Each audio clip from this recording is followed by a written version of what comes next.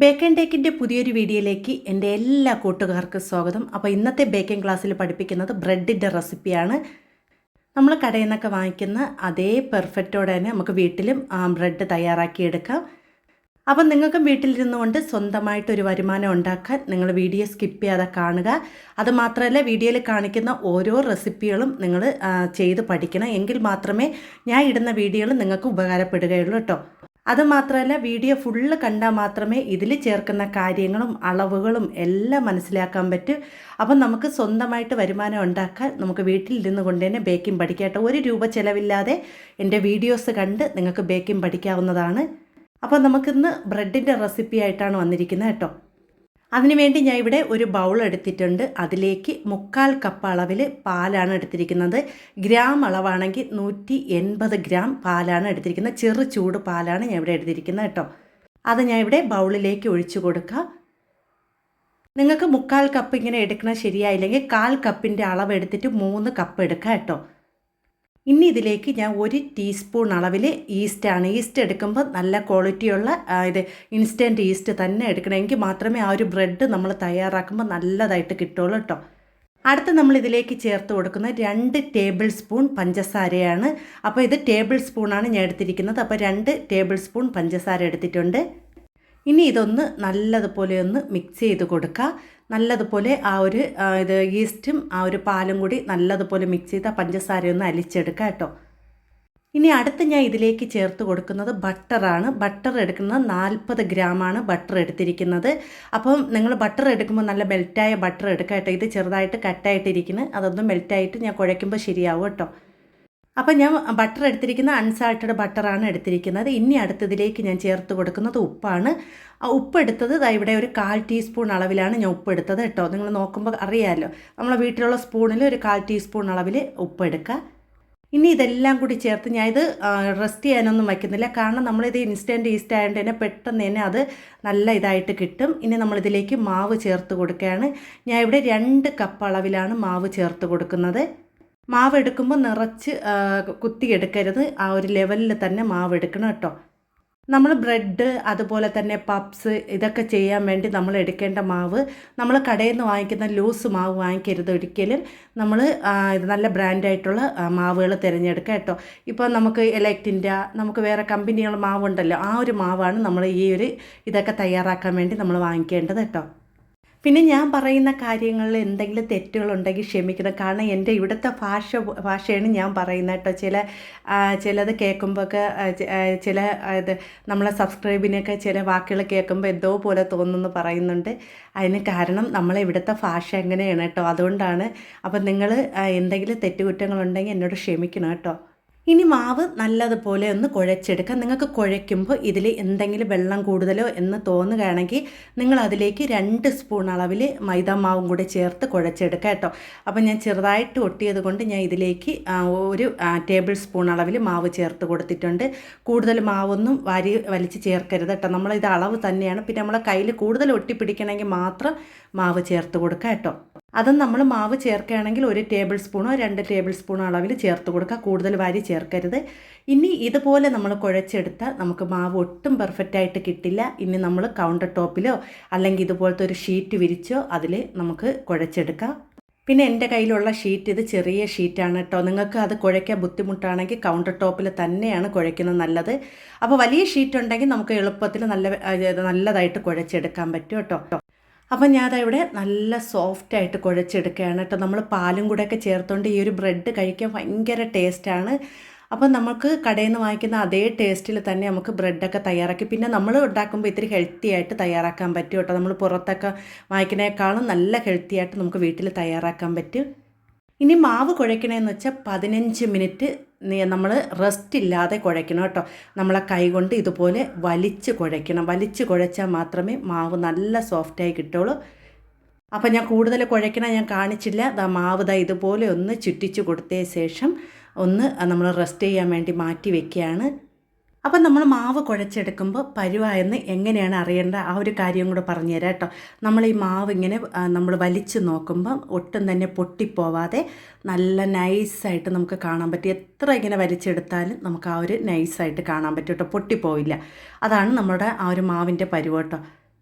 ഇനി നമ്മുടെ മാവ് നമ്മൾ നേരത്തെ എടുത്ത് വെച്ച ആ ഒരു ബൗളിൽ തന്നെ ഒന്ന് ബട്ടറൊക്കെ ഒന്ന് തടവിയ ശേഷം നമ്മൾ വെച്ച് കൊടുക്കുകയാണ്. അപ്പോൾ ഞാൻ ഇവിടെ മാവ് പരിവാൻ വയ്ക്കുന്ന 1 മണിക്കൂറാണ് കേട്ടോ. നിങ്ങൾക്ക് 1.5 മണിക്കൂർ വയ്ക്കും തോറും ബ്രെഡ് നല്ല സോഫ്റ്റ് ആയിരിക്കും കേട്ടോ. അപ്പോൾ ഞാൻ പിന്നെ പെട്ടെന്ന് വീഡിയോ ഒക്കെ എടുക്കാൻ വേണ്ടി ഞാൻ ഇവിടെ 1 മണിക്കൂർ വയ്ക്കുന്നതേ ഉള്ളൂ കേട്ടോ. നിങ്ങൾക്ക് 1.5 മണിക്കൂർ. നമുക്ക് ഓരോ കാലാവസ്ഥ, ഇപ്പോൾ ചൂട് സമയത്താണെങ്കിൽ പെട്ടെന്ന് തന്നെ അത് പൊങ്ങി വരും, അല്ലെങ്കിൽ തണുപ്പ് സമയമൊക്കെ ആണെങ്കിൽ ഇത്തിരി താമസിക്കും കേട്ടോ. അപ്പോൾ ഞാനവിടെ മാവിൻ്റെ മുകളിലും ഒന്ന് ബട്ടർ ഒന്ന് തേച്ച് കൊടുക്കുകയാണ്. ഇനി 1 മണിക്കൂർ ഒന്ന് റെസ്റ്റ് ചെയ്യാൻ വേണ്ടി മാറ്റി വയ്ക്കുക കേട്ടോ. അപ്പോൾ ഞാൻ പറഞ്ഞതുപോലെ 1.5 മണിക്കൂറൊക്കെ റെസ്റ്റ് ചെയ്യാൻ വേണ്ടി വയ്ക്കണേ. ഒന്നേ നിങ്ങൾ ഇത് എന്തെങ്കിലും തുണി നനച്ചൊന്ന് പുറത്തിട്ട് കൊടുക്കുക. നനച്ച് നല്ലതുപോലെ പിഴിഞ്ഞ ശേഷം വേണം അതിൻ്റെ മുകളിലേക്ക് ഇട്ട് കൊടുക്കുക കേട്ടോ. അപ്പം ഞാൻ ഇവിടെ ഇത് തന്നെ അങ്ങ് ഇട്ട് കൊടുക്കുകയാണ്. ഇനി നമുക്ക് 1 മണിക്കൂർ കഴിഞ്ഞിട്ട് നോക്കാം കേട്ടോ. അപ്പോൾ ഇനി ഞാൻ ബ്രെഡ് ഉണ്ടാക്കാൻ എടുത്തിരിക്കുന്ന ഈ ഒരു ഇത് പാത്രമാണ് കേട്ടോ എടുത്തിരിക്കുന്നത്. നമ്മൾ ബ്രെഡൊക്കെ ഉണ്ടാക്കുന്നത് ഇത് ചെറിയ സൈസിലുള്ളതാണ്. 10 ഇഞ്ച് നീളവും അതുപോലെ തന്നെ 4 ഇഞ്ച് വീതിയാണ് കേട്ടോ. ഇത് ചെറിയ ബ്രെഡാണ് തയ്യാറാക്കാൻ പറ്റുള്ളൂ. നിങ്ങളിൽ വലിയ രീതിയിൽ നല്ല വീതിയൊക്കെ ഉള്ള ബ്രെഡ് ഉണ്ടാക്കുന്ന പാത്രമാണെങ്കിൽ നമുക്ക് നല്ല വലിയ ബ്രെഡ് തന്നെ ഉണ്ടാക്കിയെടുക്കാൻ പറ്റും കേട്ടോ. അതിനുശേഷം നമുക്കിതിലേക്ക് ഓയിൽ നല്ലതുപോലെ ബ്രഷ് ചെയ്ത് കൊടുക്കണം. കാരണം അത് ഒട്ടിപ്പിടിക്കാതിരിക്കാൻ വേണ്ടിയാണ് എല്ലാ ഭാഗത്തും ഓയിൽ ബ്രഷ് ചെയ്ത് കൊടുക്കുക. അപ്പോൾ നിങ്ങൾക്ക് ഒന്നീ ബട്ടറോ അല്ലെങ്കിൽ നമ്മൾ സാധാരണ സൺഫ്ലവർ ഓയിൽ ബ്രഷ് ചെയ്ത് കൊടുത്താൽ മതി. അപ്പോൾ നിങ്ങൾ വീഡിയോ കണ്ടുകൊണ്ടിരിക്കുമ്പം ലൈക്കും സപ്പോർട്ടും ചെയ്യണം കേട്ടോ. എന്നെ കുറേ പേര് സപ്പോർട്ട് ചെയ്തിട്ടുണ്ട്. അതുമാത്രമല്ല ആ ഒരു ഹൈപ്പ് എന്ന ഓപ്ഷനും എല്ലാവരും കൊടുക്കണം കേട്ടോ. എൻ്റെ വീഡിയോ കണ്ടുകൊണ്ടിരിക്കുമ്പോൾ തന്നെ ആ ഒരു ഹൈപ്പ് എന്ന ഓപ്ഷനും എല്ലാവരും കൊടുക്കണേ. അപ്പം ഞാനവിടെ ഇതെല്ലാം ഒന്ന് ബ്രഷ് ചെയ്തെടുത്തിട്ടുണ്ട്. ഇനി നമുക്ക് ആ ഒരു മാവ് നല്ലതുപോലെ പൊങ്ങി വന്നിട്ടുണ്ട്. ഇതുവരെ പൊങ്ങി വന്നിട്ട്, പക്ഷേ നിങ്ങൾ 1.5 മണിക്കൂറൊക്കെ ആകുമ്പോൾ ഇതിൻ്റെ ഇരട്ടിക്ക് നല്ലതായിട്ട് പൊങ്ങി വരും കേട്ടോ. ഇനി നമ്മൾ അധികം അതിനായിട്ട് കുഴച്ച് ഒന്നും ചെയ്യൽ, പതുക്കെ അതിൻ്റെ എയർ ബബിൾസൊക്കെ പോകാൻ വേണ്ടി പതുക്കെ ഒന്ന് ഇതുപോലെ ഒന്ന് കൊടുക്കണം കേട്ടോ. അതിന് ശേഷം നമുക്ക് നിങ്ങൾ കൗണ്ടർ ടോപ്പിൽ വേണമെങ്കിൽ കുറച്ച് ഇതിൽ വെച്ചപ്പോൾ എനിക്ക് പരത്താൻ പറ്റിയില്ല. ഞാൻ ഇത് ആദ്യം ഇതിൻ്റെ പുറത്ത് വെച്ചാണ് പരത്താമെന്ന് വിചാരിച്ചത്. അപ്പോൾ നിങ്ങൾ ചെയ്യേണ്ട കൗണ്ടർ ടോപ്പിൽ ചെറുതായിട്ടൊന്ന് മാവ് ഇട്ട് കൊടുക്കണം കേട്ടോ. മാവ് ഇട്ട് കൊടുത്തതിന് ശേഷം ചെറുതായിട്ട് ഇട്ട് കൊടുക്കാവും. അതിന് ശേഷം നമുക്ക് കൈ കൊണ്ട് ഒന്ന് പരത്തിയെടുക്കണം. അപ്പോൾ നമുക്ക് നീളത്തിന് വേണം പരത്തിയെടുക്കാൻ. ഇതുപോലെ റൗണ്ടിനല്ല, നീളത്തിന് വേണം പരത്തിയെടുക്കാൻ. അപ്പം ഞാനിത് പറ്റാത്തതുകൊണ്ട് കൗണ്ടർ ടോപ്പിൽ കുറച്ച് മാവൊന്ന് ഇതുപോലെ ഇട്ട് കൊടുത്തതിന് ശേഷം നീളത്തിനൊന്ന് പരത്തിയെടുക്കുകയാണ് കേട്ടോ. നമുക്കൊരു റെക്റ്റാങ്കിൾ മോഡലിൽ ഒന്ന് പരത്തിയെടുക്കണം. അപ്പം നമുക്ക് ആ ഒരു ഇത് പാത്രത്തിൽ വയ്ക്കാൻ എളുപ്പത്തിലാണ് അങ്ങനെ ചെയ്യുന്നത് കേട്ടോ. അപ്പോൾ പതുക്കെ നമുക്ക്, അല്ലെങ്കിൽ നിങ്ങൾക്ക് കൈ കൊണ്ട് പരത്താൻ പറ്റിയില്ലെങ്കിൽ നിങ്ങൾ ആ ഒരു ചപ്പാത്തി കോല് കൊണ്ട് ഒന്ന് പരത്തിയെടുത്താലും മതി. അതിനുശേഷം നമുക്കിതിനെ ഒന്ന് മടക്കിയെടുക്കണം. 2 സൈഡും നമുക്കൊന്ന് മടക്കിയെടുക്കണം. അപ്പം നിങ്ങൾ വീഡിയോ ശ്രദ്ധിച്ച് കാണണം കേട്ടോ. ഇപ്പം ഞാൻ ഇവിടെ നിന്ന് ഇങ്ങോട്ട് മടക്കി അതേപോലെ തന്നെ ആ മാവൊക്കെ അധികമായിട്ടിരിക്കുന്ന എല്ലാം അങ്ങൊന്ന് തട്ടി മാറ്റി കൊടുക്കാം. അപ്പോൾ ഇതുപോലെ തിരിച്ച് അതേപോലെ തന്നെ ഞാൻ അവിടെ നിന്ന് ആ ഒരു സൈഡിൽ നിന്ന് ഇങ്ങോട്ട് മടക്കിയിട്ട് എന്നിട്ട് കറക്റ്റ് ലെവലാക്കി കൊടുക്കുക 2 സൈഡും. അപ്പോൾ വീഡിയോയിൽ കാണുന്ന പോലെ ഇതുപോലെ ഒന്ന് മടക്കിയെടുക്കുക കേട്ടോ. എന്നിട്ട് നമ്മൾ ഇത്തിരി കറക്റ്റായിട്ട് ലെവലാക്കി കൊടുക്കുക. അതിന് ശേഷം നമ്മളിതിനെ നല്ല പ്രസ് ചെയ്ത് മടക്കിയെടുക്കണം കേട്ടോ. അപ്പം നിങ്ങൾക്ക് ഞാൻ പറയണ മനസ്സിലായില്ലെങ്കിൽ നിങ്ങൾ ഈ വീഡിയോയിൽ ചെയ്യുന്നതൊന്ന് ശ്രദ്ധിച്ച് കാണുക കേട്ടോ. ഒരു 2-3 പ്രാവശ്യം ഒന്ന് വീഡിയോ കണ്ടാൽ മാത്രമേ നമ്മൾ ചെയ്യുന്ന കാര്യങ്ങളെല്ലാം കൃത്യമായിട്ട് നമുക്ക് മനസ്സിലാക്കാൻ പറ്റുള്ളൂ.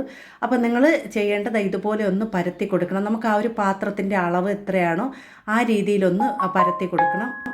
അപ്പം ഞാൻ ഇവിടെ ആ ഒരു പാത്രത്തിൻ്റെ ആ ഒരു വീതി ഒന്ന് നോക്കി അളന്ന് നോക്കുകയാണ് കേട്ടോ. നമുക്ക് കറക്റ്റായിട്ട് എങ്ങനെ കിട്ടുന്നു എന്ന് നോക്കിയിട്ട് ഇതുപോലെ നമ്മൾ വച്ച് നോക്കിയാണ് ഒന്ന് അളന്നെടുക്കുന്നത്. അപ്പോൾ ആ ഒരു ഇതിൽ ഒന്ന് കുറച്ചും കൂടി പരത്തിയ ശേഷമാണ് നമ്മൾ അതിനെ ഉരുട്ടിയെടുക്കുമ്പോൾ നമ്മളത് പ്രസ് ചെയ്ത് പതുക്കെ ആ ഒരു ഇത് വിഴാതെ വേണം ഉരുട്ടിയെടുക്കുക കേട്ടോ. നല്ല രീതിയിൽ പ്രസ് ചെയ്യാതെ ഇറുക്കി നമ്മൾ എന്താ പറയുകയെന്ന് വെച്ചാൽ നല്ല ടൈറ്റ് ചെയ്താണ് അതിൽ ഉരുട്ടിയെടുക്കുന്നത്. അപ്പോൾ ഇതുപോലെ ഒന്ന് പതുക്കെ ഒന്ന് ഉരുട്ടിയെടുക്കുക കേട്ടോ. അപ്പോൾ നിങ്ങൾ ഈ സൈഡിൽ ഇതുപോലെ വന്നു കഴിഞ്ഞാൽ കുഴപ്പമില്ല. നമുക്ക് ലാസ്റ്റ് ഇതുപോലെ ഉരുട്ടിയെടുത്തതിന് ശേഷം നമുക്ക് അത് ക്ലിയർ ചെയ്യാം കേട്ടോ. അപ്പോൾ ഇങ്ങനെ ഉരുട്ടിയിട്ട് നമുക്ക് ആ ഒരു സൈഡ് ഭാഗം ഒന്ന് ഈ ഒരു ഫ്രണ്ടിലുള്ള അതിനെ വലിച്ചൊന്ന് ഇതുപോലെ ചുറ്റിച്ച് കൊടുത്താൽ മതി. നമുക്ക് ആ ഒരു വലിച്ച് ഒന്ന് ചുറ്റി അതിൻ്റെ അകത്തേക്ക് വെച്ച് കൊടുക്കണം കേട്ടോ. ഇതുപോലെ ഒന്ന് വലിച്ച് കൊടുത്താൽ നമ്മൾ മാവ് നല്ല പരുവായി കഴിഞ്ഞാൽ അത് പൊട്ടിയൊന്നും പോവില്ല. ഇതുപോലെ ഒന്ന് വലിച്ച് നല്ല പ്രസ് ചെയ്ത് കൊടുക്കുക. അതിനുശേഷം നമ്മൾ തയ്യാറാക്കാൻ വച്ചിരിക്കുന്ന ആ പാത്രത്തിലേക്ക് എടുത്ത് വെച്ച് കൊടുക്കുക കേട്ടോ. അപ്പോൾ വച്ചിട്ട് നമ്മൾ കൈ കൊണ്ടൊന്ന് പ്രസ് ചെയ്ത് കൊടുക്കണം. ഇപ്പോൾ നമുക്ക് അത്രയും നീളം കിട്ടിയിട്ടില്ലല്ലോ. നമ്മൾ എന്താ ചെയ്യുകയെന്ന് വെച്ചാൽ ആ ഒരു കൈ കൊണ്ട് പതുക്കെ ഒന്ന് എല്ലാ ഭാഗവും ഒന്ന് ലെവൽ ചെയ്ത് കൊടുക്കണം. പതുക്കെ ഒന്ന് ലെവൽ ചെയ്ത് കൊടുക്കണം കേട്ടോ. നീളത്തിൽ നമുക്ക് കറക്റ്റ് നീളത്തിനൊന്ന് ലെവൽ ചെയ്ത് കൊടുക്കാം. അപ്പോൾ നല്ല പ്രസ് ചെയ്ത് പരത്തല് നമ്മൾ പതുക്കെ ഒന്ന് ഇതുപോലെ ലെവൽ ചെയ്ത് ഇതുപോലെ വീഡിയോയിൽ കാണുന്ന പോലെ ലെവൽ ചെയ്തെടുക്കുക. ഇനി ഒരു 25 മിനിറ്റ് കൂടി ഒരു അരമണിക്കൂറെങ്കിലും നമ്മൾ വയ്ക്കുമ്പോൾ ഇതിൻ്റെ 1/4 ഭാഗത്തോളം ആവും. നമുക്ക് ഈ സമയം അത്ര പറഞ്ഞ കൃത്യം അല്ലെങ്കിൽ ആ ഒരു 1/4 ഭാഗത്തോളം ആവുന്നത് വരെ ഒന്ന് നമ്മൾ പരുവാൻ വേണ്ടി വയ്ക്കുക കേട്ടോ. ഈ സമയം കൊണ്ട് നമുക്ക് ഇതിന് വേണ്ടിയുള്ള നമ്മളിതിൽ എല്ലാ മുട്ട ചേർക്കുന്നില്ല, പാലിൽ കുറച്ച് പഞ്ചസാര ഇട്ട് ഒന്ന് മിക്സ് ചെയ്തതിന് ശേഷം അതാണ് നമ്മൾ ബ്രഷ് ചെയ്ത് കൊടുക്കുന്നത് കേട്ടോ. അപ്പോൾ നിങ്ങൾക്ക് വേണമെങ്കിൽ മുട്ട ബീറ്റ് ചെയ്തിട്ട് അതിൻ്റെ പുറത്ത് തേച്ച് കൊടുക്കുക. ഞാൻ ഇവിടെ പാലാണ്. അതിനുശേഷം ഓവൻ ഫ്രീ ഹീറ്റ് ചെയ്യാൻ ഇട്ടിട്ടുണ്ട് കേട്ടോ. 10 മിനിറ്റാണ് ഫ്രീ ഹീറ്റ്. 170 ഡിഗ്രിയിൽ ഞാൻ ഇവിടെ 2 താഴത്തെ മുകളിലത്തെ കോയിൽ ഓണാക്കിയാണ് ഇട്ടിരിക്കുന്നത്. അപ്പോൾ 170 ഡിഗ്രിയിൽ 10 മിനിറ്റ് ഫ്രീ ഹീറ്റ് ചെയ്തെടുക്കുകയാണ്. അതിനുശേഷം നമ്മൾ എടുത്തു വെച്ച മാവുത പൊങ്ങി നല്ലതായിട്ട് വന്നിട്ടുണ്ട്. ഇനി ഒന്നും ചെയ്യേണ്ട, നമുക്ക് വേവിച്ചെടുത്താൽ മാത്രം മതി കേട്ടോ. ആ ഒരു ബ്രഷ് ചെയ്ത് കൊടുക്കുക, പാലൊന്ന് ബ്രഷ് ചെയ്ത് കൊടുക്കുക.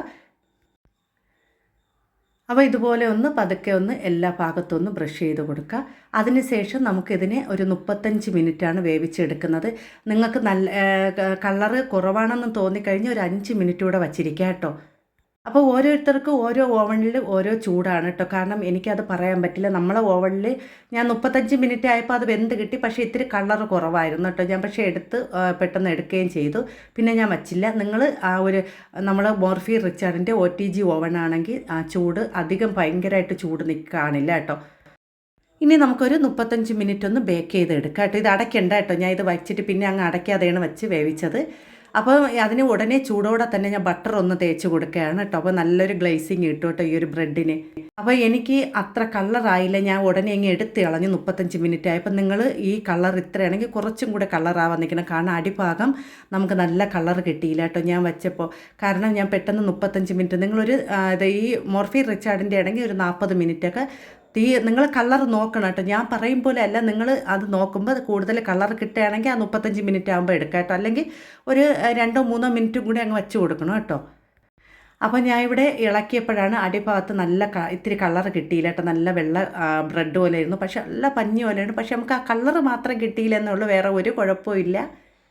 അപ്പോൾ കണ്ടോ, നല്ല വെള്ള കളറിലുള്ള ബ്രെഡാണ് കേട്ടോ. പക്ഷേ നിങ്ങൾ കുറച്ചും കൂടെ വച്ചിരിക്കുമ്പോൾ ഇവിടെ സൈഡൊക്കെ ഇത്തിരി കളർ മാറി വരും കേട്ടോ. നല്ല പഞ്ഞി പോലത്തെ ബ്രെഡാണ്. ഞാൻ ഇത് ചൂടോടെ കട്ട് ചെയ്യാണ്. നിങ്ങൾ ഒരിക്കലും ചൂടോടെ കട്ട് ചെയ്യല്ലേ. ഞാൻ വീഡിയോ എടുക്കാൻ വേണ്ടി മാത്രം ചൂടോടെ കട്ട് ചെയ്തതാണ്. നിങ്ങളിത് ഒരു ദിവസം കഴിഞ്ഞിട്ട് വേണം ഈ ഒരു ബ്രെഡ് കട്ട് ചെയ്യാൻ കേട്ടോ. ഇത് നല്ല ചൂടോടെ കട്ട് ചെയ്യുമ്പോൾ നമുക്ക് ആ ഒരു ഭയങ്കരമായിട്ട് സ്പോഞ്ചായിട്ടിരിക്കും. നമുക്ക് ആ ഒരു പെർഫെക്റ്റ് ആയിട്ട് കിട്ടില്ല കേട്ടോ. ഇത് ഞാൻ വീഡിയോയ്ക്ക് വേണ്ടി പെട്ടെന്ന് ചെയ്തതാണ്. നിങ്ങൾ ഒരു ദിവസം കഴിഞ്ഞിട്ട് വേണം നമ്മൾ ഈ ബ്രെഡ് കട്ട് ചെയ്യാൻ കേട്ടോ. ഇത് കണ്ട അധികം വലിപ്പം ഇല്ലാത്ത ബ്രെഡാണ്. നിങ്ങൾ പാത്രം എടുക്കുമ്പോൾ ഇത്തിരി വീതിയുള്ള പാത്രം എടുക്കുക കേട്ടോ. നമ്മൾ ആ ഒരു ടിന്നെടുക്കുക. ഇതിപ്പം ചെറിയ വീതി കുറഞ്ഞതുകൊണ്ട് നമുക്ക് ആ ഒരു രീതിയിലുള്ള ബ്രെഡാണ് നമുക്ക് കിട്ടുന്നത്. കണ്ടോ, നിങ്ങൾ ബ്രെഡ് കട്ട് ചെയ്യുമ്പോൾ പിറ്റേന്ന് തന്നെ കട്ട് ചെയ്യണം കേട്ടോ. നമ്മൾ വെന്ത ഉടനെ കട്ട് ചെയ്യരുത്. നല്ല ചൂടായിരുന്നു. ഞാൻ പിന്നെ വീഡിയോ എടുക്കാൻ വേണ്ടി പെട്ടെന്ന് കട്ട് ചെയ്തതാണ് കേട്ടോ. അപ്പോൾ നിങ്ങളെല്ലാവരും ബ്രെഡ് തയ്യാറാക്കി നോക്കുക. വീഡിയോ കണ്ടിട്ട് ഇഷ്ടപ്പെടുകയാണെങ്കിൽ ലൈക്കും സപ്പോർട്ടും ചെയ്യണം.